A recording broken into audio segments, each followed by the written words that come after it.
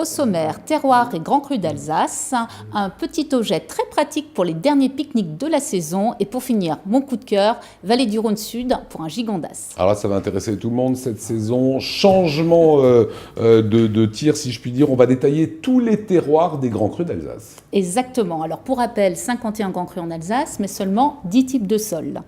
Et pour information, la vigne est une plante qui aime les sols plutôt pauvres, voire même arides.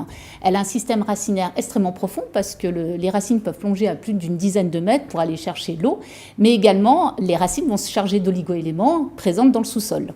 Alors parmi les sols, il y a le argilo-marneux. Exactement. Alors déjà, pour information également, un 100% argileux, ça n'existe pas. Il est forcément constitué... En Alsace, il n'y en a pas.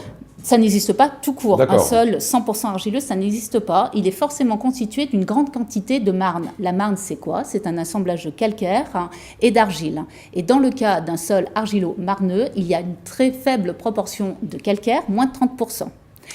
Et en fonction de l'origine géologique des marnes, et également en fonction d'autres composants qui peuvent être les fossiles, les cristaux, le grès, on va avoir un type de cépage qu'on va privilégier par rapport à d'autres. Et ça donne quel type de vin ? Alors, en fonction des composants, si on a par exemple du gypse, du grès ou de la fluorine, on va avoir des vins qui sont très amples. Alors par contre, c'est des vins qui sont un peu austères dans leur jeunesse. Il faut attendre entre 5 et 7 ans afin qu'ils développent correctement leur palette aromatique, parce que la matière va devoir digérer cette vigueur acide.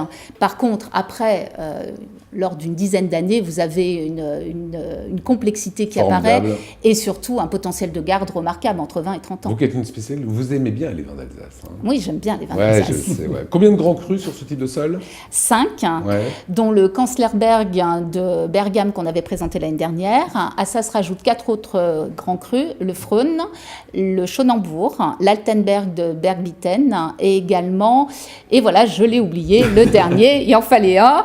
C'est le Sonnenglanz. Et voilà, merci, le Sonnenglanz. Pas mal, hein ?